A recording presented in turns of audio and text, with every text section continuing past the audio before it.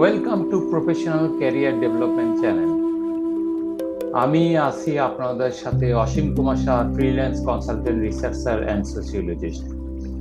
আপনারা জানেন দীর্ঘ 2 মাসের পথ পরিক্রমায় আপনারা প্রতিনিয়ত অনেক কিছু দেখছেন, শিখছেন, জেনেছেন এবং আমার সঙ্গে শেয়ার করেছেন। তারই ধারাবাহিকতায় আজকের বিষয়লব্ধ গবেষণার খুবই গুরুত্বপূর্ণ একটা অংশ হচ্ছে রিসার্চ রিপোর্ট রাইটিং। আমি এখন মূল পর্বে চলে যাচ্ছি। আপনারা মনোযোগ সহকারে এই সেশনগুলো নেওয়ার চেষ্টা করবেন। আপনারা জানেন যে বিভিন্নভাবে আমরা রিসার্চ রিপোর্ট তৈরি করি। সেক্ষেত্রে রিসার্চ রিপোর্টটা তৈরি করতে গিয়ে আমরা অনেক সমস্যার পর্যায়ে পড়ে যাই এবং সেই রিপোর্টটা লিখতে ইন্টারন্যাশনাল স্ট্যান্ডার্ড বা গ্লোবাল স্ট্যান্ডার্ড কিভাবে হবে সে বিষয়েও আমরা অনেক ক্ষেত্রে চুলচেরা বিশ্লেষণ করে প্রতিবেদনটিকে তৈরি করতে পারি। যাই হোক, আমি প্রথমে রিসার্চ রিপোর্ট কিভাবে তৈরি করতে হয় সে বিষয়ে আমরা একটা সংক্ষিপ্ত ছোট্ট একটা ভিডিও ক্লিপ দেখব। এই ভিডিও ক্লিপটা আপনারা চেষ্টা করবেন মনোযোগ সহকারে দেখার জন্য। রিসার্চ রিপোর্ট আপনারা এর আগে দেখেছেন গবেষণা কিভাবে করতে হয়, 5Ws কোর্সিং এবং রিসার্চ রিপোর্টিং স্কিল কিভাবে অর্জন করতে হয়, পাশাপাশি রিসার্চ পেপার কিভাবে ডেভেলপ করতে হয়, অ্যাবস্ট্রাক্ট ডেভেলপ করতে হয়, সেই ধারাবাহিকতায় আজকে হচ্ছে রিসার্চ রিপোর্ট।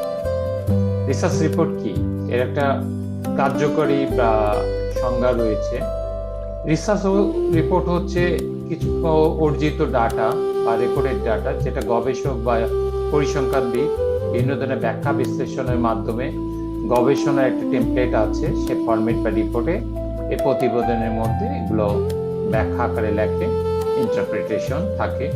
রিসার্চ রিপোর্টের সামারি যদি আমরা বলতে চাই, আপনার যে লক্ষ্য উদ্দেশ্য আছে সে গবেষণার ক্ষেত্রে সেটা কতটুকু সঙ্গতিপূর্ণ, সেটা প্যারাগ্রাফ আকারে বিভিন্ন ধরনের মাল্টিপল কম্পোনেন্ট থাকবে এবং সেটাকে briefly level summary, executive summary আকারে ওই স্টার্টিংয়ে লিখতে হয়। আর ইন্টারাকশন, ব্যাকগ্রাউন্ড, এগুলো অনেকগুলো পার্ট থাকে। ইন্টারাকশন পার্টে আমরা যে আমাদের প্রাইমারি বা গোল রয়েছে সেটার সঙ্গে আমরা ইন্টারলিঙ্ক করে লেখার চেষ্টা করি। এক্ষেত্রে আমরা বিভিন্ন ধরনের চিন্তা করি যে কোনটা কাভার করা হয়েছে, কোনটা কাভার করা হয়নি, এবং ভবিষ্যতে আমরা রিসার্চ থেকে কি ধরনের এভিডেন্স বেস স্টাডির ক্ষেত্রে আমরা ইন্টারলিঙ্ক করব সেটাও কিছু লিখতে হয়, কিছু লিটারেচার রিভিউ করতে হয়।